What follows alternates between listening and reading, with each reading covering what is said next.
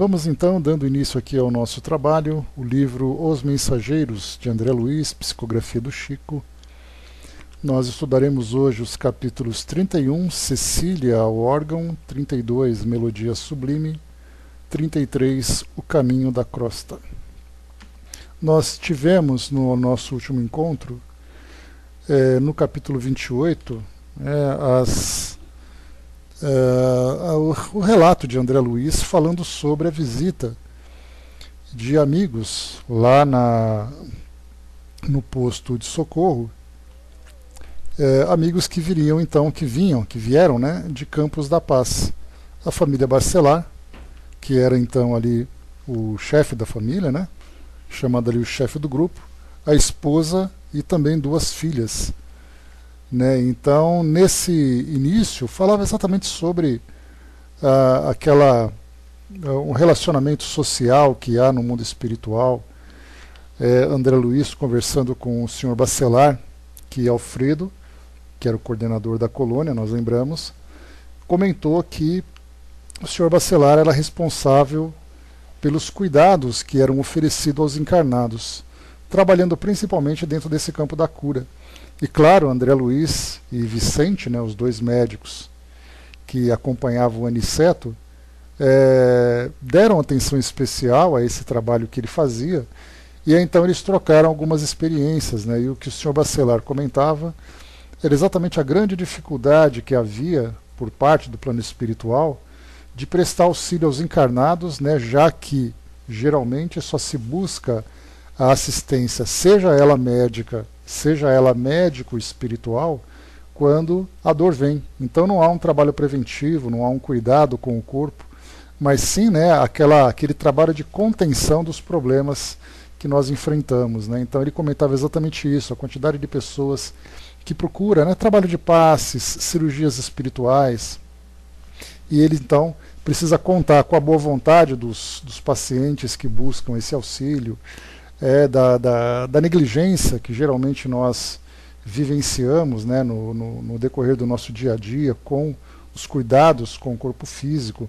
Então isso despertou neles um interesse muito grande e trocaram muitas experiências interessantes. Falando sobre cooperação também aqui, e depois chegando aqui no capítulo número 29, Notícias Interessantes. Conversando com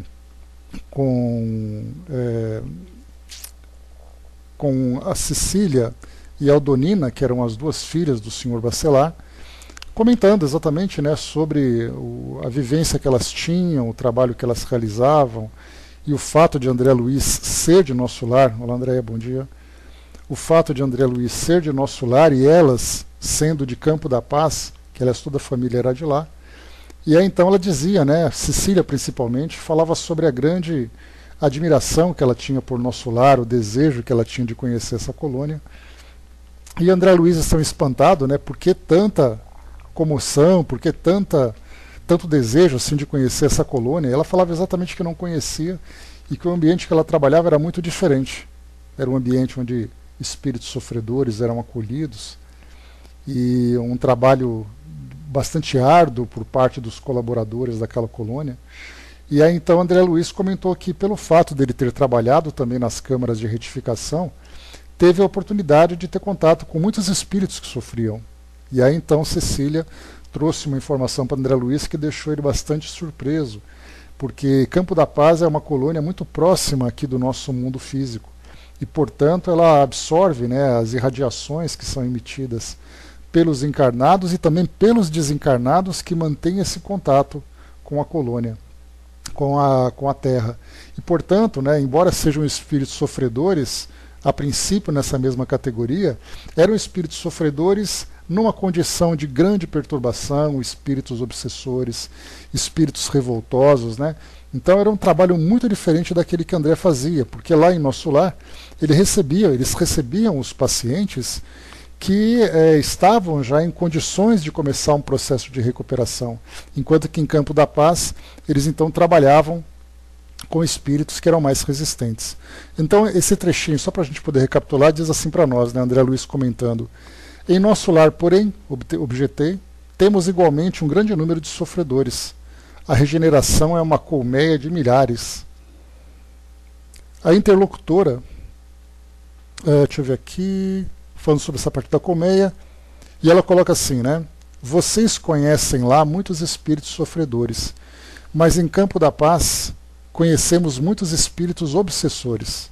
Lá poderá existir muita gente que ainda chora, mas em nosso meio há muita gente que se revolta. É mais fácil remediar o que geme que atender ao revoltado.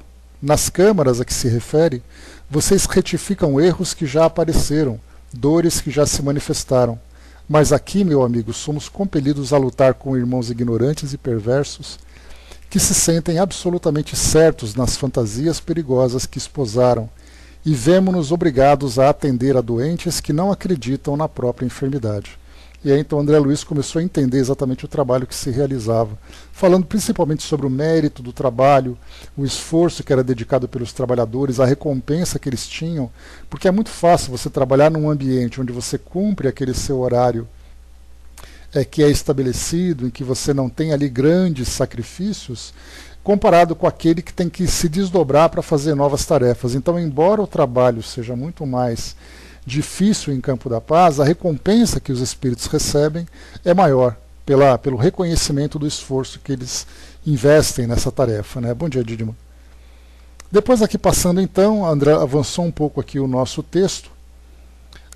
André Luiz perguntou se a família sempre viveu lá, viveu por 50 anos, né, o senhor Bacelar.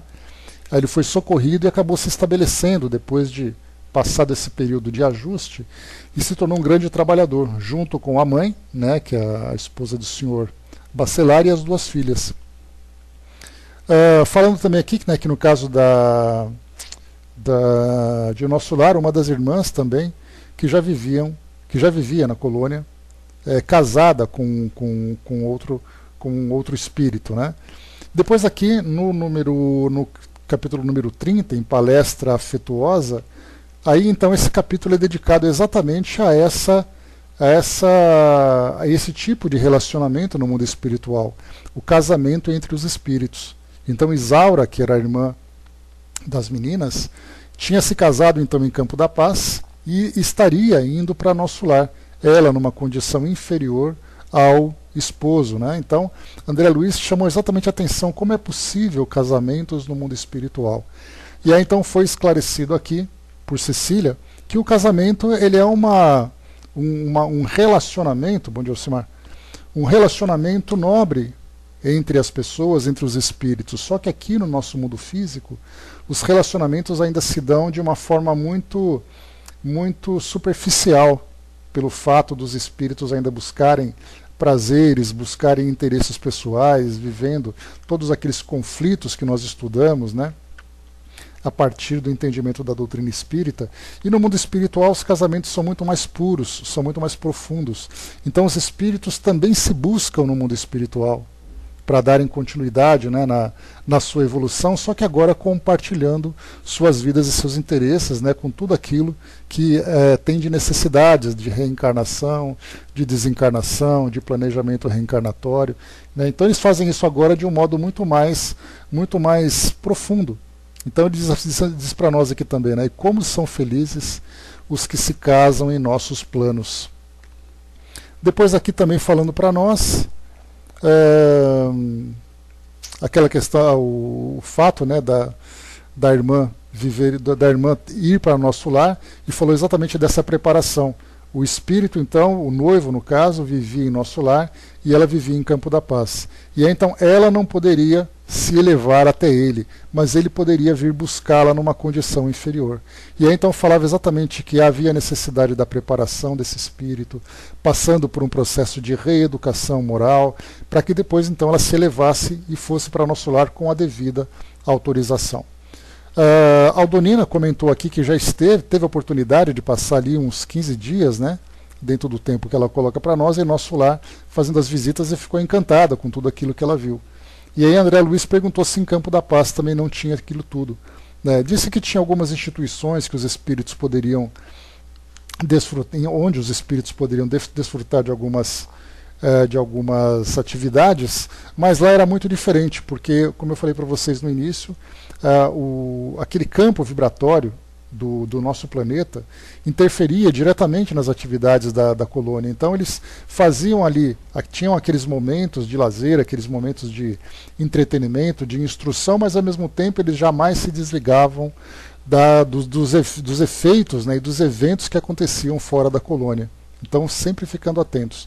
E colocando, né, que de 10 em 10 quilômetros havia, naquelas zonas da vizinhança, postos de socorro como esse, em que Alfredo era então o orientador, para que atendesse a esses espíritos, né? O que mais que fala para nós aqui? Dos trabalhos que eles realizavam.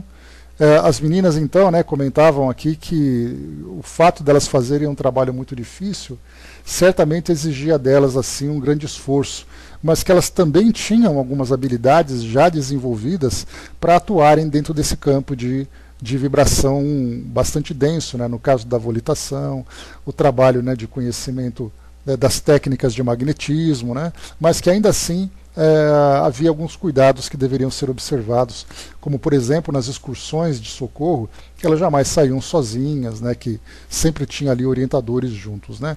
Então, como é que coloca no final aqui, nosso trabalho de assistência aos outros e defesa de nós mesmos, não podemos dispensar a prática avançada e justa da cooperação sincera. Então isso aqui foi um resumo desses 3 últimos capítulos que nós estudamos no nosso encontro anterior. No capítulo número 31, Cecília ao órgão, né? Então, durante aquela noite, lembrando que tudo isso acontece durante apenas uma noite, né, de todos os trabalhos feitos com os espíritos ainda adormecidos, o trabalho de magnetismo, os esclarecimentos, esses encontros, tudo acontecendo nesse dia, né, da noite para o dia, enquanto eles estavam aguardando passar esse período noturno para começarem então os trabalhos aqui na esfera material. Então, Cecília, né, uma das filhas do casal Bacelar, estaria então aqui, faria então uma apresentação. Então, Cecília ao órgão. Poucas vezes no círculo carnal tivera o prazer de assistir a reunião tão seleta. Todos os lustres estavam magnificamente acesos e lá fora as grandes árvores, docemente agitadas pelo vento brando, pareciam refletir o clarão lunar. Pares graciosos passeavam ao longo da varanda e das escadarias extensas. O castelo enchera-se de alegria, com a crescente multiplicação de convidados. O administrador mostrava-se orgulhoso de confraternizar com os colaboradores diretos da sua obra na recepção condigna aos amigos da colônia próxima. O júbilo transparecia em todos os rostos e eu, observando a beleza do espetáculo, meditava na aventura da vida social, no ambiente daqueles que começavam a compreender e praticar o amai-vos uns aos outros, distanciados da hipocrisia e das convenções aviltantes. André Luiz fala exatamente da diferença do que é uma relação sincera, sem as máscaras, né, que nós utilizamos aqui no mundo material, e aquelas que têm ali um sentimento verdadeiro de afinidade, de afetividade entre os espíritos, né? Então, fazendo a comparação daquilo que nós vivemos hoje e daquilo que se vive no plano espiritual, dentro dessas esferas naturalmente. Conversávamos animadamente quando Alfredo nos convidou para o salão de música. Houve geral contentamento. A senhora Bacelar, dando o braço à nobre Ismália, parecia encantada com a lembrança. Dirigimo-nos para o grande recinto, prodigiosamente iluminado por luzes de um azul doce e brilhante. Deliciosa música embalava-nos a alma. Observei então que um coro de pequenos músicos executava a harmoniosa peça, ladeando um grande órgão, algo diferente dos que conhecemos na Terra. 80 crianças, meninos e meninas, surgiam ali num quadro vivo e encantador. 50 tangiam instrumentos de corda e 30 conservavam-se graciosamente em posição de canto. Executavam com maravilhosa perfeição uma linda barcarola que eu nunca ouvira no mundo. Comovidíssimo, ouvi o administrador explicar. As crianças do posto são as nossas flores vivas. Dão-nos perfume, encantamento, alegria, suavizando-nos todos os trabalhos. Abeiramo-nos do órgão, sentando-nos todos em confortáveis poltronas. Quando as crianças terminaram, sob aplausos calorosos, Ismália pediu a Cecília executasse alguma coisa. Eu? Disse a jovem, corando. Se a senhora vem das altas esferas onde a harmonia é santificada e pura, como poderei executar para os seus ouvidos? Não diga isso, Cecília, tornou sorridente a generosa esposa do administrador. A música elevada é sublime em toda parte. Vá, minha filha. Lembre-me o lar terreno nos dias mais belos. E antes que a jovem bacelar perguntasse qual a peça preferida, Ismália continuou. Os serviços musicais do posto levam-me a recordar a velha fazenda, quando voltava do internato. Meus pais estimavam as composições europeias e quase todas as noites ensaiava ao piano. E fixando em Cecília os olhos úmidos e brilhantes, rematou. Sua mãe deve lembrar comigo a música predileta do meu velho e carinhoso pai. Notei que a senhora Bacelar disse alguma coisa à filha em voz baixa, e vimos Cecília caminhar para o grande instrumento, sem hesitação. Com emoção indizível, ouvimos-la executar magistralmente a tocata em fuga em ré menor. Tocata e fuga em ré menor, de Bach, acompanhada pelas crianças exultantes. Fixei o rosto de Ismália, notando pela luz do seu olhar que os seus pensamentos vagueavam longe, talvez em torno do antigo ninho doméstico. Vi-a enxugar as lágrimas discretas e abraçar Cecília carinhosamente, ao findar a execução. Agora, Cecília, cante alguma canção da própria alma, falou a nobre senhora, com ternuras de mãe. Mostre no seu coração. Os senhores Bacelar estavam satisfeitos e emocionados. Lia-se-lhes nos gestos o carinho com que acompanhavam os menores movimentos da filha. A jovem sorriu, voltou ao teclado, mas permanecia agora fundamente transfigurada. Seu belo semblante parecia refletir uma luz diferente, que vinha de mais alto. Começou a cantar de maneira misteriosa e comovedora. A música parecia sair-lhe das profundezas do coração, mergulhando-nos em sublime emotividade. Procurei guardar as palavras da maravilhosa canção, mas seria impossível repeti-las integralmente, no círculo dos encarnados na terra. A sombra da meia-noite não poderia traduzir o revérbero da aurora, mas de algo me lembro, para registrar aqui, com a fidelidade de que é suscetível minha memória imperfeita. Como se fora rodeada de claridades diversas, daquela a que nos banhávamos, Cecília cantou com voz veludosa e cariciante. Guardei para os teus olhos as estrelas brilhantes do céu calmo. Guardei para a tua alma todos os lírios puros dos caminhos. Amado meu, como é longa a viagem entre escolhos.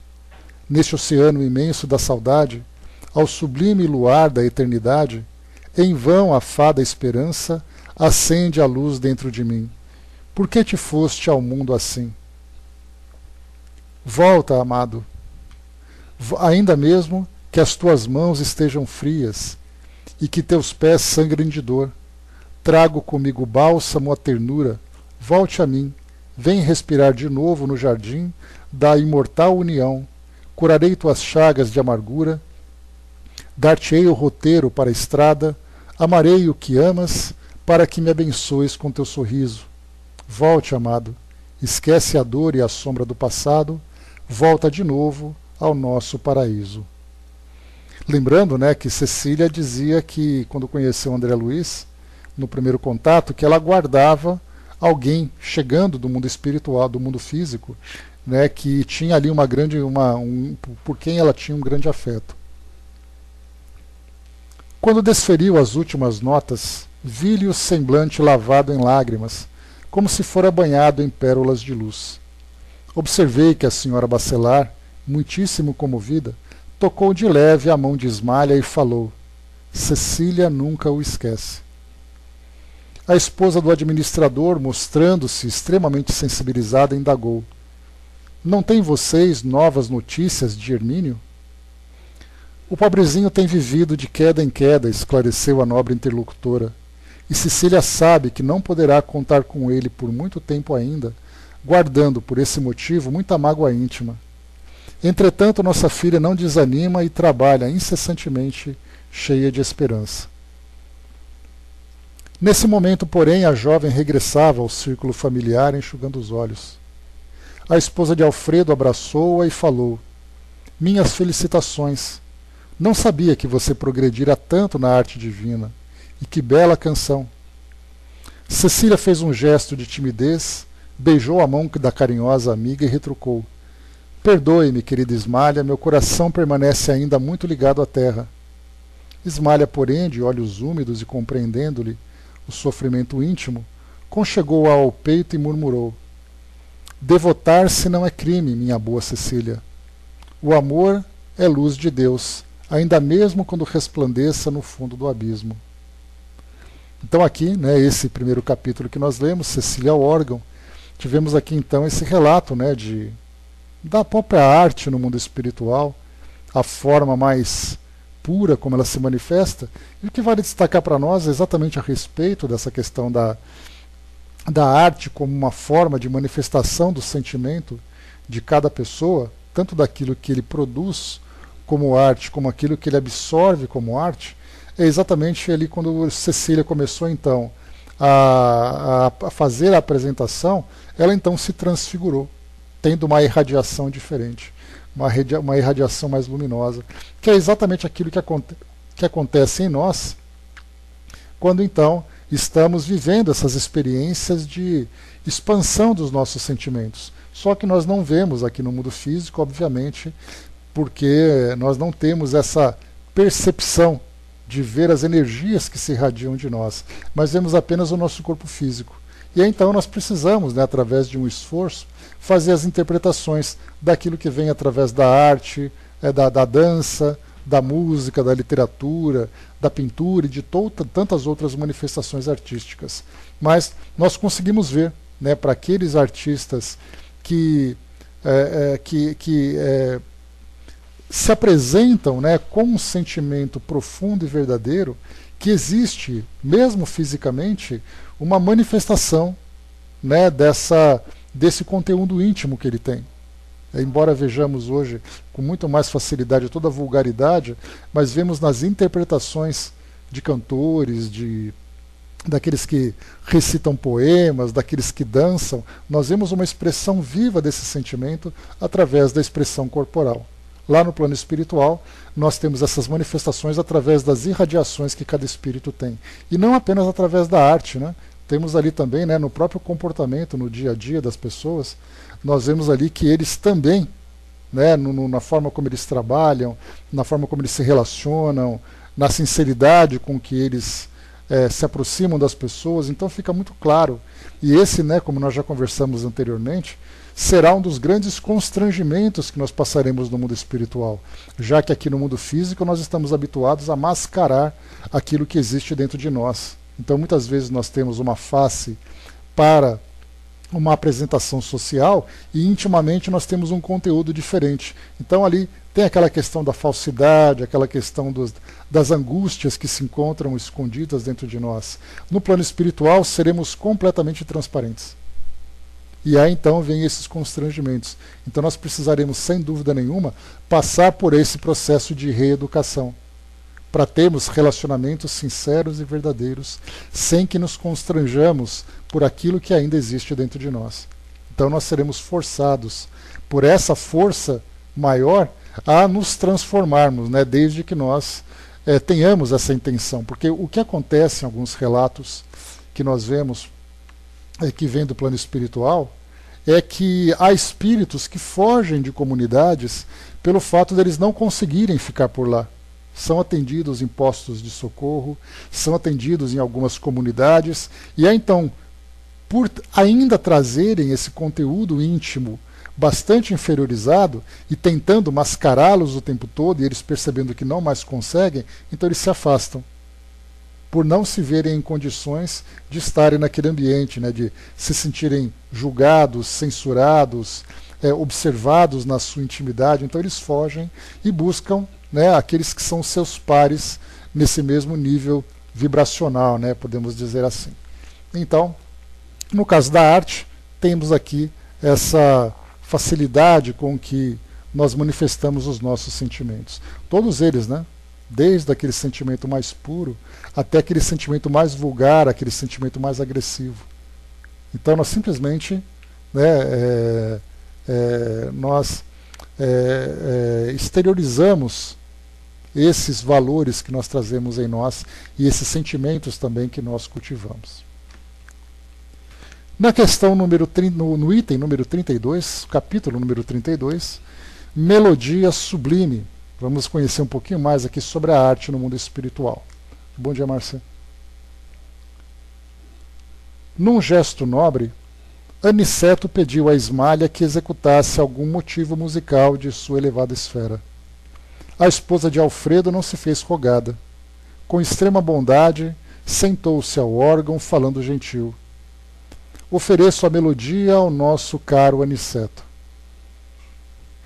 E ante nossa admiração comovida, começou a tocar maravilhosamente. Logo as primeiras notas, alguma coisa me arrebatava ao sublime. Estávamos extasiados, silenciosos. A melodia, tecida em misteriosa beleza, inundava-nos o espírito em torrentes de harmonia divina. Penetrava meu coração um campo de vibrações suavíssimas, quando fui surpreendido por percepções absolutamente inesperadas. Com assombro indefinível, reparei que a esposa de Alfredo não cantava, mas no seio caricioso da música havia uma prece que atingia o sublime, oração que eu não escutava com os ouvidos, mas recebia em cheio na alma, através de vibrações sutis, como se o melodioso som estivesse impregnado do verbo silencioso e criador. As notas de louvor alcançavam-me o âmago do espírito, arrancando-me lágrimas de intraduzível emotividade. O Senhor Supremo de todos os mundos e de todos os seres, recebe, Senhor, o nosso agradecimento de filhos devedores do teu amor. Dá-nos tua bênção, ampara-nos a esperança, ajuda-nos o ideal. Na estrada imensa da vida, seja para o teu coração cada dia nosso primeiro pensamento de amor. Seja para a tua bondade nossa alegria de viver. Pai de amor infinito, dá-nos tua mão generosa e santa. Longo é o caminho, grande é o nosso débito, mas inesgotável é a nossa esperança. Pai amado, somos as tuas criaturas, raios divinos de tua divina inteligência. Ensina-nos a descobrir os tesouros imensos que guardaste nas profundezas de nossa vida. Auxilia-nos a acender a lâmpada sublime da sublime procura. Senhor, caminhamos contigo na eternidade. Em ti nos movemos para sempre. Abençoa-nos a senda, indica-nos a sagrada realização, e que a glória eterna seja em teu eterno trono. Resplandeça contigo a luz infinita, a infinita luz. Mane em teu coração misterioso a soberana fonte do amor. Cante em tua criação infinita o sopro divino da eternidade. Seja tua bênção claridade aos nossos olhos, harmonia ao nosso ouvido, movimento às nossas mãos, impulso aos nossos pés. No amor sublime da terra e dos céus, na beleza de todas as vidas, na progressão de todas as coisas, na voz de todos os seres, glorificado sejas para sempre, Senhor. Que melodia era aquela que se ouvia através de sons inarticulados? Não pude conter as lágrimas abundantes. Cecília comovera-nos a sensibilidade, lembrando as harmonias terrenas e os afetos humanos. Ismália, no entanto, arrebatava-nos o espírito, elevando-nos ao Supremo Pai. Nunca ouvira oração de louvor como aquela. Além disso, a esposa de Alfredo glorificava o Senhor de maneira diferente, inexprimível na linguagem humana. A prece tocara-me as recônditas fibras do coração, e reconhecia que nunca meditara na grandeza divina, como naquele instante em que uma alma santificada falava de Deus com a maravilha de suas riquezas espirituais. E não era só eu a chorar como criança. Aniceto enxugava os olhos de maneira discreta, e algumas senhoras levavam o lenço ao rosto. Compreendi que a oração terminara, porque a música mudou de expressão.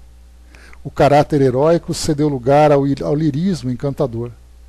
Experimentando a profunda serenidade ambiente, vi que luzes prodigiosas jorravam do alto sobre a fronte de Ismalha, envolvendo-a num arco irisado de efeito magnético, e com admiração e enlevo observei que belas flores azuis partiam do coração da musicista, espalhando-se sobre nós.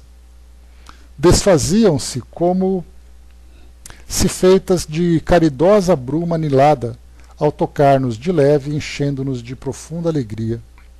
A maior parte caía sobre Aniceto, fazendo-nos recordar as palavras amigas da dedicatória. Impressionavam-me profundamente aquelas corolas fluídicas de sublime azul celeste, multiplicando-se sem cessar no ambiente e penetrando-nos o coração como pétalas constituídas apenas de colorido perfume. Sentia-me tão alegre, experimentava tamanho bom ânimo, que não conseguiria traduzir as emoções do momento. Bom dia, Tico-Teco. Mais alguns minutos e Ismalha terminou a magistral melodia. Antes da gente terminar, é importante nós sempre lembrarmos que para que tenhamos a capacidade de perceber esse efeito sobre nós, nós precisamos estar em sintonia com ele. Então nós lembramos que muitas dessas melodias, dessas preces, dessas vibrações, pouco efeito fazem sobre os encarnados ou desencarnados que estão numa faixa vibratória diferente. Então nós vimos nesse grupo, todos eles ali direcionados para o mesmo propósito. O espírito elevado, aquele sentimento de fraternidade, todos então ali estavam aptos a captar essa sensibilidade.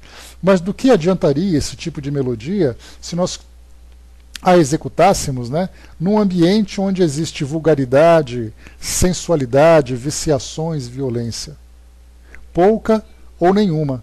Então por isso é importante lembrarmos que não basta apenas você oferecer uma melodia, oferecer uma prece como essa. É importante estarmos receptivos a ela. E aqui foi o que nós encontramos, todos estavam sensíveis. Então, quando todos estamos preparados, com o espírito preparado, o espírito aberto para receber essas vibrações, e aí então todos se sensibilizam, como André Luiz colocou, e outros colaboradores também aqui, colegas que estavam juntos, amigos na verdade, vimos ali então que eles até se deixavam banhar ali por lágrimas pelo ambiente tão sensível que se formou em torno deles. Mas isso pouco seria aproveitado por espíritos ainda presos à vulgaridade e às vibrações inferiores. Bom dia, Ligeiro. Mais alguns minutos e Ismalha terminou a magistral melodia. A esposa do administrador desceu até nós, coroada de intensa luz. Alfredo avançou, beijando-a no rosto, ao mesmo tempo em que Aniceto lhe estendia a destra agradecido. Há muito tempo não ouvia músicas tão sublimes como as desta noite, exclamou o nosso orientador sorrindo. Cecília falou-nos do sublime amor terrestre. Ismalha arrebatou-nos ao divino amor celestial. Ideia feliz, a de permanecermos no posto. Fomos igualmente socorridos pela luz da amizade, que nos revigorou o bom ânimo. Aproximaram-se os bacelares, eminentemente comovidos. Que maravilhosas flores nos deste, querida amiga, disse a mãezinha de Cecília, abraçando a esposa de Alfredo. Voltaremos ao trabalho repletos de energia nova, acrescentou o Sr. Bacelar sorridente. A extensa sala estava cheia de notas de reconhecimento e júbilo sincero. A melodia de Ismalha constituíra singular presente do céu. A alegria e o bom ânimo transpiravam em todos os rostos. Observando que Aniceto se retirava para um canto do salão, procurei-o ansioso. Desejava esclarecer o fenômeno da prece sem palavras, das harmonias, das luzes e das flores. Antes, porém, das interpelações do aprendiz, o orientador amigo sorriu amável e explicou. Conheço sua sede, André. Não precisa perguntar. Impressionou-se você com a grandeza espiritual da nobre companheira do nosso amigo. Não precisarei alinhar esclarecimentos. Recorda-se de Ana, a infeliz criatura que dorme nos pavilhões entre pesadelos cruéis? Lembra-se de Paulo, o caluniador? Não os viu carregando pesados fardos mentais? Cada um de nós traz nos caminhos da vida os arquivos de si mesmo. Enquanto os maus exibem o inferno que criaram para o íntimo, os bons revelam o paraíso que edificaram no próprio coração. Lembrando aqui que Ana era aquela paciente que estava inconsciente, né, com os olhos vidrados, ali com aquela agitação toda, e André Luiz então sondou o pensamento dela para ver as experiências que ela vivenciou, que ela tinha cometido assassinato e coisa e tal, né? E aí então Paulo também lembrando que era aquele caluniador que Alfredo e Ismália, que eram esses dois amigos do posto de socorro, tinham sido separados então por Paulo, que era amigo desse casal quando encarnados. E aí todos desencarnaram, Ismália numa esfera mais elevada, Alfredo trabalhando nessa esfera inferior, tendo ali a presença sempre constante de Ismália, e Paulo se tornou um paciente desse hospital, dessa colônia, passando por esse tratamento de reabilitação, vamos dizer assim. Bom dia, abraço. Ismália já amontoou muitos tesouros que as traças não roem. Ela já pode dar uma infinita harmonia, ela já pode dar da infinita harmonia a que se devotou pela bondade e pelo divino amor. A luz que vimos é a mesma que jorra do plano superior de maneira incessante, inundando-nos os caminhos da vida, mas a melodia, a prece e as flores constituem sublime criação dessa alma santificada. Ela repartiu conosco, neste momento, uma parte dos seus tesouros eternos. Peçamos ao Senhor, meu amigo, que não tenhamos recebido em vão as sublimes dádivas. Então aqui, esse nosso capítulo número 32, Melodia Sublime, falando, sobre o poder do sentimento, o poder do pensamento, o poder dessas vibrações que nos envolvem, que nós ainda conhecemos tão pouco. O que nós podemos dizer desses ambientes com vibrações elevadas ou vibrações inferiores são aqueles ambientes, quando nós comparecemos com os corações abertos, com os corações o mais puro possíveis, que eles podem ficar. Então, quando nós nos apresentamos num determinado encontro, num determinado ambiente, nós sentimos isso. Da mesma forma que nós sentimos também num ambiente pesado, num ambiente negativo, vem aquele mal-estar, aquela vibração negativa. Então, o máximo que nós conseguimos perceber dessas vibrações são nesses encontros, nesses ambientes, envolvidos por essas vibrações. Mas no plano espiritual, nós falamos aqui de algo potencializado de um número de vezes incontáveis para nós, já que não tem o corpo físico, como nós chamamos, sendo ali um mata-borrão que absorve o impacto dessas vibrações. Então, no plano espiritual, sem esse mata-borrão, nós temos ali o espírito completamente exposto a essas vibrações, tanto por aquilo que ele pode oferecer, como aquilo que ele pode receber. E Ismália, então, sendo ali o espírito mais elevado desse grupo que tinha se reunido, deu uma demonstração para eles, então, do que são essas vibrações elevadas, e, claro, o espanto que André Luiz teve vendo ali a forma como esse fenômeno se realizou. E certamente nós teríamos ali algo muito mais, dá para a gente imaginar, por exemplo, o que nós sentiríamos se estivéssemos em contato com um espírito como Jesus, por exemplo. Cairíamos de joelhos, talvez pela reverência, mas tentar descrever o impacto das vibrações de um espírito desse nível para nós seria algo simplesmente indescritível. Então, me lembro de, não apenas pelo respeito, mas pela própria autoridade moral, muitas pessoas que visitavam Chico Xavier em Uberaba, quando ele recebia tantas visitas, as pessoas simplesmente tocavam nele e começavam a chorar. outros beijavam as mãos e ele beijava de volta, retribuindo, né? Então, quer dizer, esse tipo de experiência que nós vivemos aqui nas nossas relações sociais dá para nós aqui uma pálida, mas uma pobríssima ideia, paupérrima ideia do que são essas vibrações, quais são os efeitos dessas vibrações sobre nós, né? Então, nesse capítulo nós tivemos esse exemplo, né? Se é que a gente pode entender o que seria esse algo divino, né, Angelina? Porque, como eu falei para vocês, o que a gente conhece é algo muito humano ainda.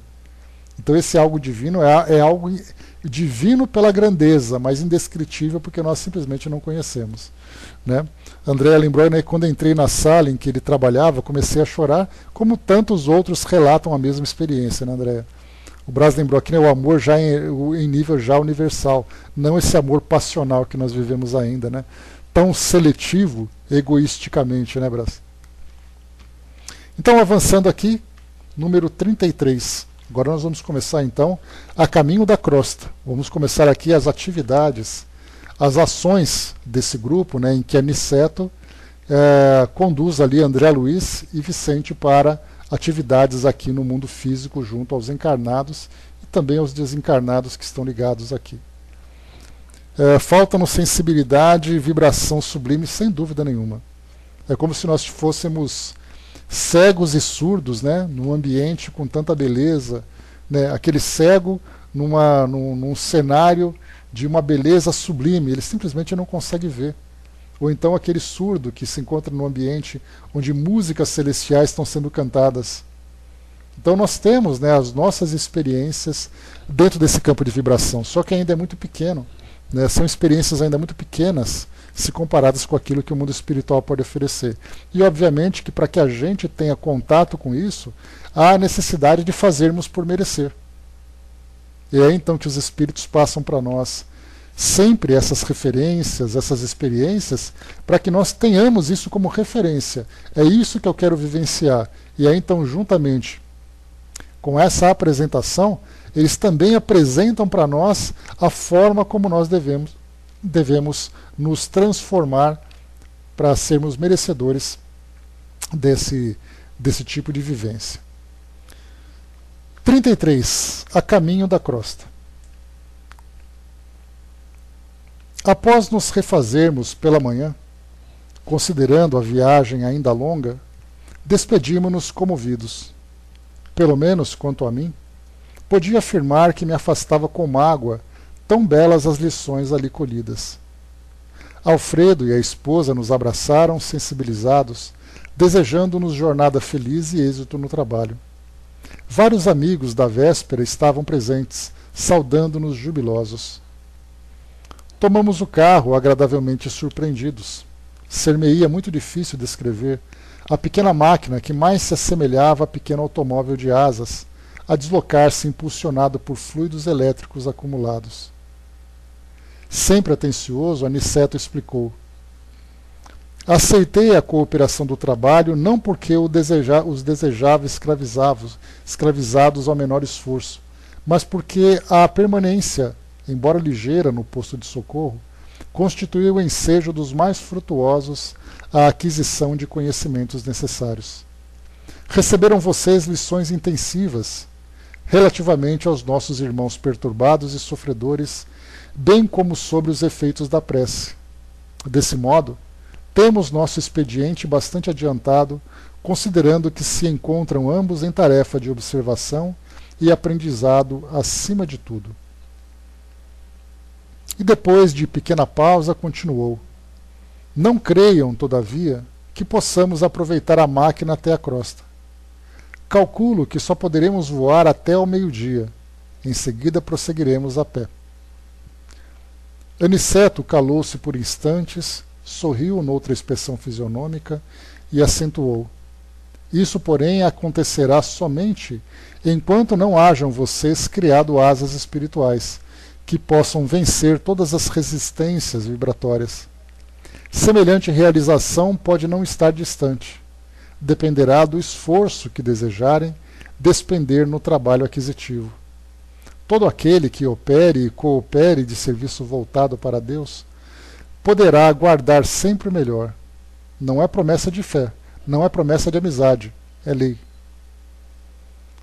O pequeno aparelho nos conduziu por enormes distâncias, sempre no ar, mas conservando-se a reduzida altura do solo. Quase precisamente ao meio-dia, estacionamos em humilde posto, destinado a abastecimento e reparação de maquinaria de natureza daquela em que havíamos viajado. Despediu-se de nós o condutor, que nos desejou boa viagem, preparando-se para regressar. A paisagem tornou-se, então, muito fria e diferente. Não estávamos em caminho trevoso, mas muito escuro e nevoento. Tornara-se densa a atmosfera, alterando-nos a respiração. Aniceto contemplou conosco a vastidão caliginosa e falou em tom grave. Com 4 horas de locomoção estaremos na crosta. Reparem as sombras que nos rodeiam. Identifiquem a mudança geral. Infelizmente, as emissões vibratórias da humanidade encarnada são de natureza bastante inferior, em nos referindo à maioria das criaturas terrestres, e essas regiões estão repletas de resíduos escuros de matéria mental, dos encarnados e desencarnados de baixa condição. Atravessaremos grandes zonas, não propriamente tenebrosas, mas muito obscuras ao nosso olhar. Daqui a 2 horas, porém, encontraremos sinais da luz solar. Aqui só para lembrarmos que quando se fala sobre respiração, dificuldade de respiração, obviamente que André Luiz faz um relato trazendo como comparação o nosso processo respiratório. Mas para eles, nós ainda temos uma dificuldade de entender exatamente como é essa respiração a que ele se refere. Não é exatamente igual a nossa, que nós dependemos da respiração para oxigenar o nosso sangue, alimentar nossas células e tudo mais. Então, no caso dos espíritos, não tendo essa necessidade, André Luiz fala ainda desse comportamento que os espíritos têm. Então ainda falta para nós ali muitas informações para entendermos de que forma exatamente isso acontece. Nossa peregrinação, francamente, foi muito pesada e dolorosa, e somente aí avaliei de fato a enorme diferença da estrada comum que liga a crosta a nosso lar e aquela que agora percorríamos a pé, vencendo obstáculos de vulto.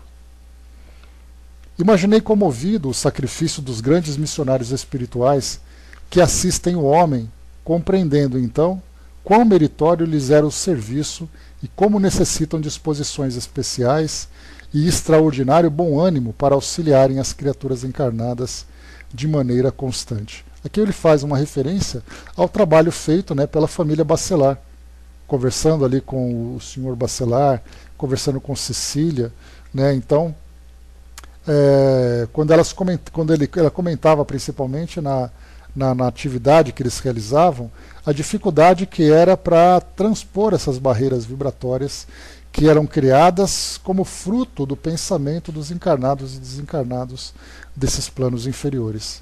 Então, o quão meritório é esse tipo de trabalho por aquilo que eles precisam fazer, já que todos nós temos uma tendência natural a buscarmos aquilo que para nós é prazeroso, aquilo que para nós é mais leve, é mais tranquilo.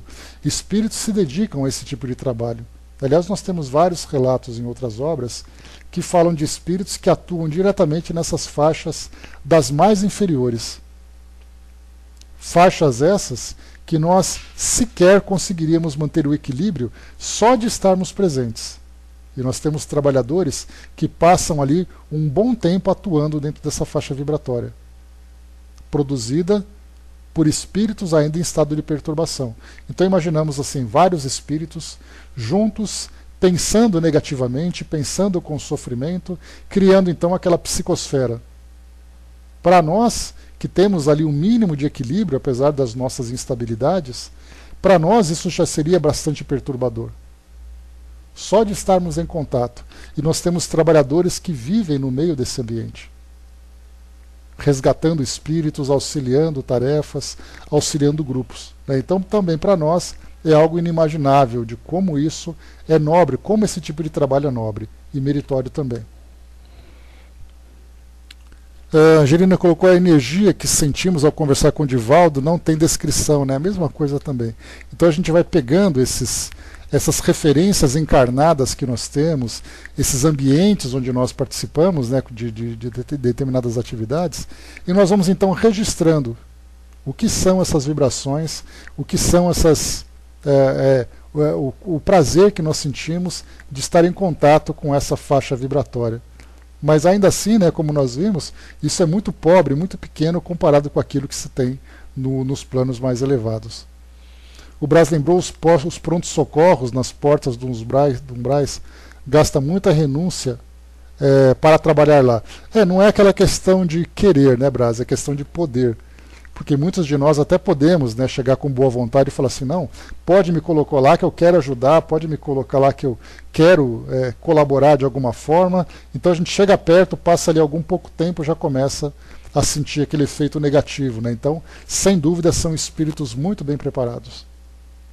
Principalmente naqueles ambientes mais profundos, aqueles ambientes onde espíritos mais trevosos, mais perturbados, não sofredores, né, como nós vimos ali no relato de André Luiz, como encontra em nosso lar, mas em ambientes onde obsessores, espíritos perversos, né, criam aquele campo vibracional, até mesmo, não precisamos ir muito longe não, basta lembrar daquilo que nós lemos no Memória de um Suicida, imaginarmos os espíritos que atuam no resgate de suicidas dentro daquele campo vibratório. O quão difícil é para pessoas, para espíritos comuns estarem em contato com aquele ambiente. E diz aqui para nós: os monstros que fugiam à nossa aproximação, escondendo-se no fundo sombrio da paisagem, eram indescritíveis e, obedecendo a determinações de Aniceto, não posso ensaiar qualquer informe nesse sentido, a fim de não criar imagens mentais de ordem inferior no espírito dos que acaso venham ler essas humildes notícias. Então aqui temos, né, esse relato importante de André Luiz dizendo que muito daquilo que os espíritos veem no mundo espiritual, daquilo que eles têm contato nessa dimensão, eles não podem relatar para nós, exatamente para não criar essa imagem em torno de nós, embora nós tenhamos livros, né, outras obras que relatam, né, me lembro de livros da Umbanda que falam dessas faixas vibratórias inferiores e trazem para nós descrições assim que são pavorosas. Se ficarmos com essas imagens registradas na nossa mente, nós naturalmente criaremos em torno de nós uma psicosfera com essa qualidade. Então, mas no caso de André Luiz aqui, que não é o propósito desse livro, veio então a notícia, né, veio a informação então para que esses relatos, né, não sejam tão detalhados. No horário previsto por nosso orientador, começamos a vislumbrar de novo a luz do sol, como se estivéssemos em madrugada clara. O espetáculo era magnífico e novo para mim. Calor brando começou a revigorar-nos. Aniceto fixou o quadro maravilhoso dos raios de luz, atravessando as sombras, e falou de olhos úmidos. Agradeçamos ao Senhor dos mundos a bênção do sol.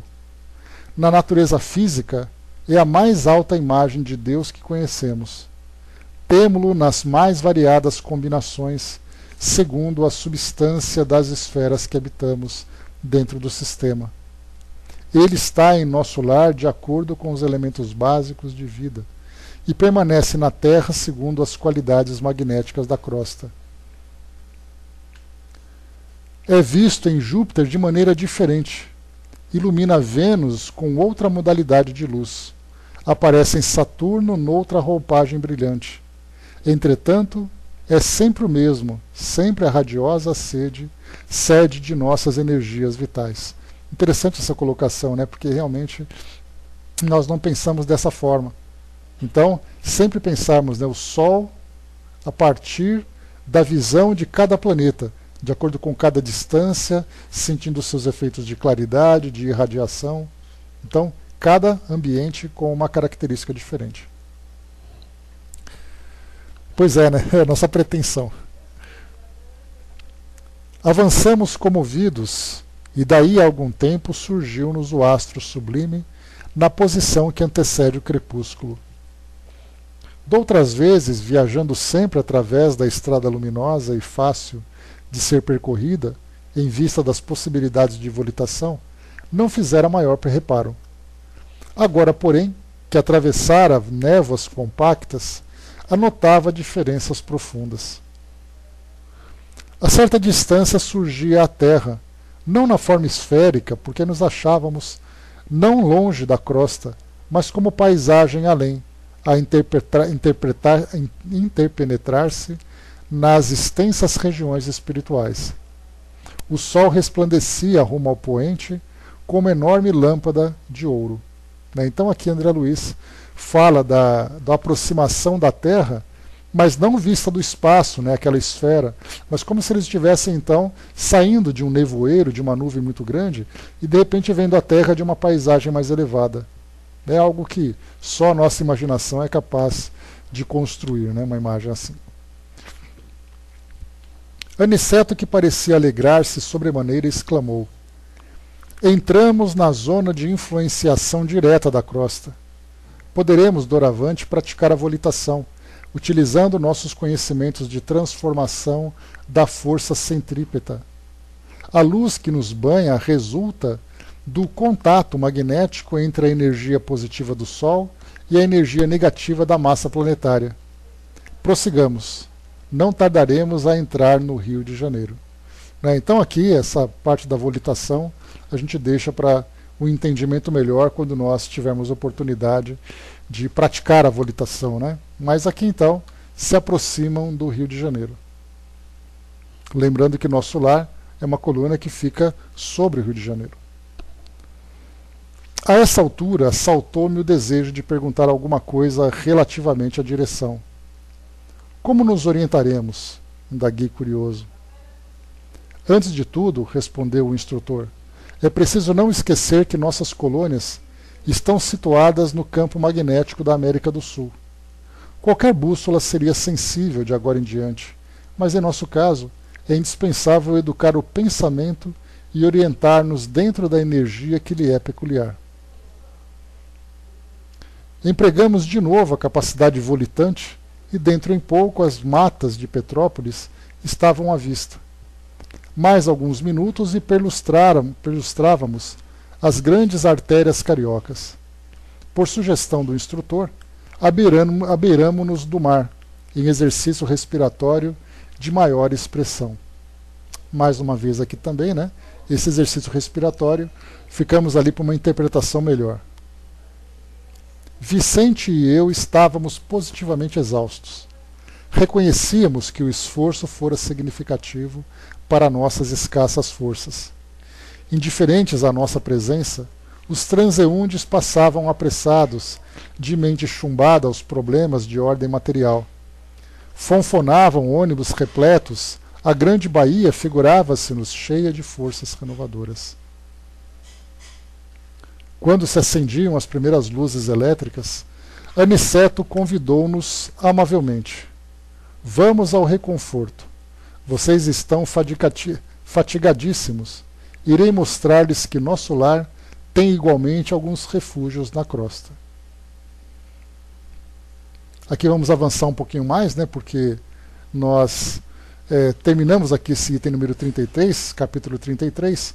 Vamos para o 34, aproveitando aqui o tempo que nos sobra. André lembrou, lá também é indispensável educar o pensamento, o que sempre nos esquecemos de fazer aqui. Só que lá o efeito é mais direto, então se nós não fizermos por lá, nós teremos ali um impacto maior. Aqui a gente engana, não percebe as diferenças, mas lá é diferente. Vamos avançando. Número 34. Oficina de nosso lar. Entre 18 e 19 horas, atingimos uma casa singela de bairro modesto. No longo percurso, através de ruas movimentadas, surpreendia-me sobremaneira por se me deparar em quadros totalmente novos. Identificava agora a presença de muitos encarnados de ordem inferior, seguindo os passos de transeuntes vários ou colados a eles em abraço singular. Muitos dependuravam-se a veículos, contemplavam nos outros, das escadas distantes. Alguns em grupos vagavam pelas ruas, formando verdadeiras nuvens escuras que houvessem baixado repentinamente ao solo. Aqui nós lembramos que nós falamos no Rio de Janeiro da década de 1940, 1943, quando esse livro foi publicado. Então, não peguemos o Rio de Janeiro hoje, mas Rio de Janeiro de 70 anos aproximadamente. Bem diferente, né, do que é hoje. Assustei-me. Não havia notado tais ocorrências nas excursões exteriores ao círculo carnal. Aniceto, porém, explicou que não fora vão o auxílio recebido para a intensificação do poder visual. Estávamos em tarefa de observação ativa com vistas ao aprendizado. Aqui nós lembramos daquela passagem que André Luiz visitou o lar doméstico e ele não reparou esses espíritos. Ele simplesmente chegou e visitou a família. Então, a partir daquele processo de ampliação desse poder visual, ele teve essa capacidade de observar esses detalhes que até então tinham passado despercebidos. Né? Pingo, bom dia. Não dissimulava, entretanto, minha surpresa. As sombras sucediam-se umas às outras, e posso assegurar que o número de entidades inferiores, invisíveis ao homem comum, não era menor nas ruas ao de pessoas encarnadas em contínuo vai-vem. Não havia ali a serenidade dos ambientes de nosso lar, nem a calma relativa do posto de socorro e de campo da paz.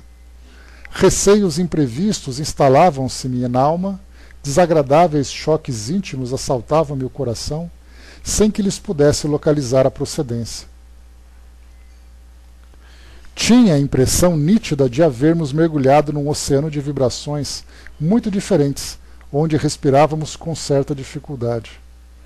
Nosso instrutor esclarecia que, com o tempo, seriam dilatados nossos poderes de resistência e que as penosas sensações experimentadas obedeciam à circunstância de ser aquela a primeira vez que descíamos ao ambiente da crosta em serviço de análise mais intenso.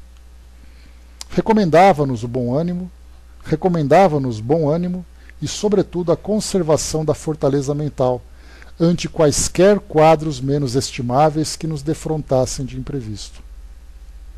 A eficiência do auxílio, exclamava ele, necessita educação persistente. Não seria possível ajudar alguém prendendo-nos a fraquezas de qualquer espécie. Então aqui vemos o cuidado que é indicado a André Luiz e a Vicente para que não se deixem envolver pelos quadros que são observados aqui no nosso mundo cotidiano. Por exemplo, um espírito comum que sai do plano espiritual, mais distante aqui do mundo físico, e começa então a caminhar pelas nossas cidades, nós vemos então observando, né, o comportamento das pessoas, os interesses materiais que se apresentam, a nossa sensualidade que começa a ser instigada, provocada, os temores, né, dos ambientes violentos, dos ambientes tumultuados, tudo isso acaba fazendo com que a atenção seja desviada para esses pontos do nosso cotidiano material, tirando o espírito do seu equilíbrio necessário para prestar esse tipo de serviço. Então, qualquer tipo de avaliação, de julgamento que é feito a partir da observação desses quadros, diminui a capacidade do espírito de exercer a tarefa de auxílio a que ele se propôs. Então essa foi a recomendação. Então nós podemos imaginar que você sai de um ambiente agradável, de um ambiente mais elevado, de um ambiente protegido, e você de repente chega aqui no mundo material e começa a ver as pessoas transitando por você com roupas diferentes, com hábitos, com conversas, o cenário à nossa volta, né, com comércios, com pessoas sofrendo, com violência, com essa agitação toda, tira completamente o foco do espírito. Então essa orientação que eles precisam ficar atentos. Os conselhos de Aniceto acalmavam-nos a alma surpreendida e inquieta, e eu, contudo, fazia no íntimo para ajustar-me aos alvitres do bondoso orientador, mesmo porque asseverava ele que diversos companheiros adiavam nobres realizações em virtude das manifestações de injustificável receio, Então muitos espíritos adiavam essa tarefa que eles tinham que realizar, justificando exatamente, né, que não estavam ainda preparados para enfrentar essa realidade do mundo físico. E aqui, diante de tudo aquilo que eu falei para vocês, nós acrescentamos também as questões espirituais. Essa observação de André Luiz de ver espíritos acompanhando os encarnados, subjugando-os, influenciando-os, atacando-os de alguma forma, isso provoca no espírito também um certo impacto, tirando-o daquele equilíbrio necessário que nós comentamos. Então, aqui mais uma vez, muitos espíritos então adiam esse momento de trabalho exatamente pelo medo, pelo receio de não conseguirem resistir a essas agressões, entre aspas, dentro do campo vibratório. Aquela residência de aspecto tão humilde que alcançávamos agora proporcionava-me carinhosa impressão de conforto. Estava lindamente iluminada por clarões espirituais que recordavam precisamente nossa cidade tão distante. Fundamente surpreendido, reparei que o nosso orientador se detivera. Notando a nossa admiração, Aniceto indicou a casa pobre e falou: temos aqui o nosso refúgio. É uma oficina que representa nosso lar. Profundo assombro empolgou-me o íntimo, mas não tive ensejo para indagações. Precisava seguir um instrutor que tomava a direção da casa pequenina. Aproximamo-nos do jardim que rodeava a construção muito simples e, estupefato, observei que numerosos companheiros espirituais assomavam a janela saudando-nos alegremente. Que significava tudo aquilo? De outras vezes visitara minha cidade e meu antigo lar, mas nunca vira tal coisa. Que André Luiz comenta, né, de outras visitas que ele fez como desencarnado, ele não tinha percebido isso. Aniceto compreendeu minha perplexidade e explicou: os irmãos que nos saúdam são trabalhadores espirituais que se abrigam nesta tenda de amor. Um cavalheiro muito simpático e acolhedor abriu-nos a porta. Esse pormenor foi outra nota imprevista. Tal não sucedia quando voltava à minha velha casa terrena. As portas cerradas não me ofereciam obstáculo. Ali, porém, vigorava um sistema vibratório de vigilância que eu não conhecia até então. Nosso instrutor envolveu o anfitrião num abraço amistoso, apresentando-nos em seguida. Aqui, meu caro Isidoro, disse a indicar-nos carinhoso, são nossos amigos Vicente e André, novos cooperadores de serviço em nosso lar. Muito bem, exclamou Isidoro, abraçando-nos. Nossas atividades precisam de trabalhadores operosos. Entrem. E acrescentou o hospitaleiro: a casa pertence a todos os cooperadores fiéis do serviço cristão. Era a primeira vez que eu via uma entidade espiritual tão segura, com tão segura chefia de uma casa terrestre. Penetramos o ambiente modesto. Altamente surpreendido, reparei o interior. A paisagem material mostrava alguns móveis singelos, velhos quadros a óleo nas paredes alvas, velha máquina de costura movimentada por uma jovem apresentando 16 anos, um rapazote de 12 anos presumíveis, atento a cadernetas de exercício escolar, 3 crianças de 9, 7 e 5 anos. Aproximadamente, e como figura central do grupo doméstico, uma senhora de 40 anos, mais ou menos, tricoteando uma blusa. Notei, porém, que da fronte, do tórax, do olhar e das mãos dessa senhora, irradiava-se luz incessante que me não permitia sofrear minhas expressões admirativas. Aniceto designou-a respeitoso e falou: temos aqui a nossa irmã Isabel. Para os olhos humanos ela é a viúva de Isidoro, mas para nós é uma servidora leal nas atividades da fé.